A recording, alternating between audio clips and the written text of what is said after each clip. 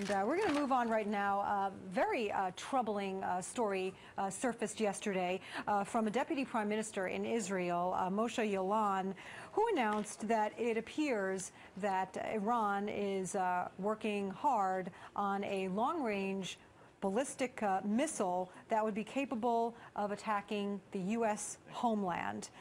So let's go right now for some perspective on this to retired U.S. Air Force, also the president of Cedric Leighton Associates, Colonel Cedric Leighton. Thank you so much for joining us, Colonel. Patty Ann, great to be with you. At this point, the longest missile, and it's not even thought to be operational yet, is the Ashura that Iran has. It's a solid-fueled missile believed to only be capable of going 1,500 miles, and it's not even operational. So how big a deal would this be if this deputy prime minister in Israel is correct that this is what they're working on? Oh, it would be a very big deal, Patty Ann, because what we're talking about here is a game changer. The Ashura, like you correctly pointed out, is a solid-fueled missile. The issue with a new missile would be a longer range, and the fact that it is solid-fueled makes it a lot easier for them to launch the missile without being detected. If that happens, then what you end up having is a much shorter warning time for any of the targeted areas that Iran might go after. For example, they could go after Israel, which is a standard area, but with a longer range missile, they could go after any place in Western Europe, and if it's long range enough, then they could potentially target the continental United States, and that would be what they would call a game changer. So, I mean, currently you only have Russia and China who have land-based missiles that are capable of attacking the U.S. homeland. But this deputy prime minister says that this new discovery was made in the wake of this explosion back in November at this facility in Tehran that was testing Iranian missiles. And he said that it does look like this new missile would be able to go 6,000 miles, making it, as you say, a long-range or an intercontinental ballistic missile. And he goes on to say that this would be a nightmare for the free world, and that therefore people should not be assuming that Israel is the only country that should be really worried about Iran and nukes. Do you agree? I do agree with that, Patty Ann, because what we're looking at here is really a widening of the nuclear pool. And when you talk about a widening of countries that have a nuclear weapons capability like this, what you're talking about is a situation that could be very, very destabilizing. It was one thing, during the Cold War when we had basically just two powers, the Soviet Union and the United States, with these kinds of weapons. They could kind of keep an eye on each other, and they kept this type of event from going out of control, even though it didn't seem like that at the time sometimes. But now with Iran entering the mix and with it having potentially an intercontinental ballistic missile capability, that could really put whole populations at risk that before that were practically safe from a nuclear event. And that is what is so dangerous about it. So the Israeli deputy prime minister does have a point. The danger that we run into, of course, is if there is a miscalculation, if there is an intelligence lapse where the Iranian intention is not to do that, then we risk having some difficulties in terms of what the proper response is and how we go after Iran, whether it's sanctions or militarily. And that's the policy difficulty that the United States finds itself in right now. And that is quite a difficulty. And Mr. Yaalon referred to the politics involved with that, saying that all of Iran's nuclear weapons sites right now could be hit by Western weapons. And he says, quote, the Iranians understand the West has those capabilities, but the Iranians don't think the West has the political stomach and determination to use it. So they will not stop, because currently they don't think the world is determined. Do you agree with that?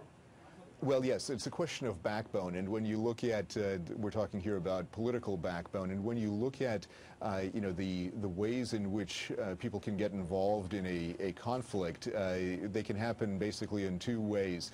And of course, there are a lot of subsets of that, but you look at the possibility of getting involved in a conflict because you appear to be weak to the other side, which is what the Deputy Prime Minister Yaalon is talking about, or you could go too belligerent and you could back somebody into the corner because they feel that there is no way out except to attack you preemptively. And that is the danger that we face right now, because either option is a bad option, and either option could lead us into a situation where we get into a conflict. And it really is one of those areas where we don't really want to be in a situation where we have no choice but to have a conflict. If we can avoid that, then it would be a better solution probably for all parties concerned. But if the Iranians press the United States and Western Europe and other nations, then the United States and Israel may have no option but to go in preemptively and say, this has gone too far and you're threatening us too much. So either side can back the other into a corner in this particular case. So Mr. Yalon, when he made these comments yesterday in Tel Aviv, was joined by the chief of Israeli military intelligence, Major General Aviv Kochavi, who said that he does believe that sanctions, if they were crippling enough, could be effective. But he also warned that he thinks that if Iran chooses to build a bomb, that would take about a year. Are they out there with this, just really trying to wake up the rest of the international community because they feel like they're not getting enough support? I think that might be part of their calculus. When you look at these kinds of announcements from Israel, from high Israeli officials like this, what you're looking at is they're really attempting to make sure that they have support from their biggest ally, the United States, before they go in and do something with Iran potentially. The other part of it, though, is the piece that the military intelligence director talked about on the Israeli side is very key right here. So there is an out, both from the Israeli point of view and certainly from the Obama administration's point of view, that what we want to do is we want to have sanctions work first, and if those don't work, then all options, as I say, are on the table at that point. But in this particular case, I think that what the Israelis are trying to do is they're trying to make it very clear that they have the will, the capability and the capacity to go after Iranian nuclear targets, but if they can avoid doing so through sanctions, then it would be something that they would accede to diplomatically. But if there are no strong sanctions, if the UN, for example, fails to act, or if the sanctions are found to have loopholes in them, then we risk a situation where this situation with Iran could really escalate beyond what we currently see and get to a very dangerous point that could result in interrupting oil flows and everything else that could flow from that. All right, we're almost out of time, but you mentioned loopholes in the sanctions. That's something else that Mr. Yalon brought up yesterday. He said that Turkey has been helping Iran circumvent the international sanctions by allowing it to use its banking system. How troubling is that? Well, that could be troubling, but it's very interesting because Turkey may be playing both sides on this issue.